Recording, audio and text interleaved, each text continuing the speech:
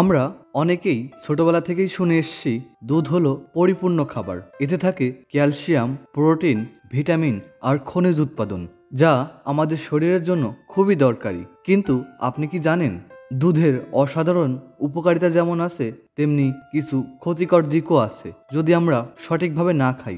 তাই আজকের ভিডিওতে আমরা জানবো দুধ খাওয়ার উপকারিতা, অপকারিতা এবং সঠিক নিয়ম। তো চলুন প্রথমে জানি দুধ খাওয়ার উপকারিতা। 1.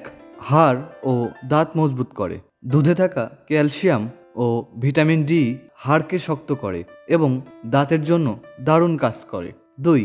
শিশুর বৃদ্ধি ও বিকাশে সহায়ক। শিশুদের শরীর ও মস্তিষ্কের উন্নতিতে দুধের ভূমিকা অনেক।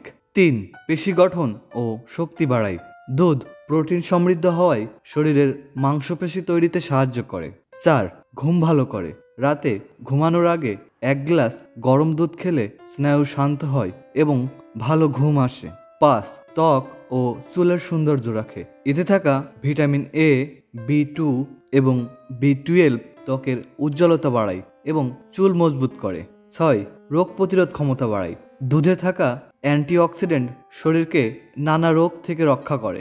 7. হার্ট ও ব্রেনের জন্য উপকারী।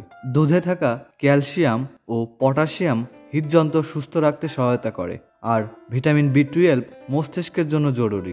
এবার জানবো দুধ খাওয়ার অপকারিতা। কারো কারো অসহিষ্ণুতা হতে পারে, যেমন পেট ফাঁপা বা ডায়রিয়া। অতিরিক্ত দুধ খেলে ওজন বাড়তে পারে।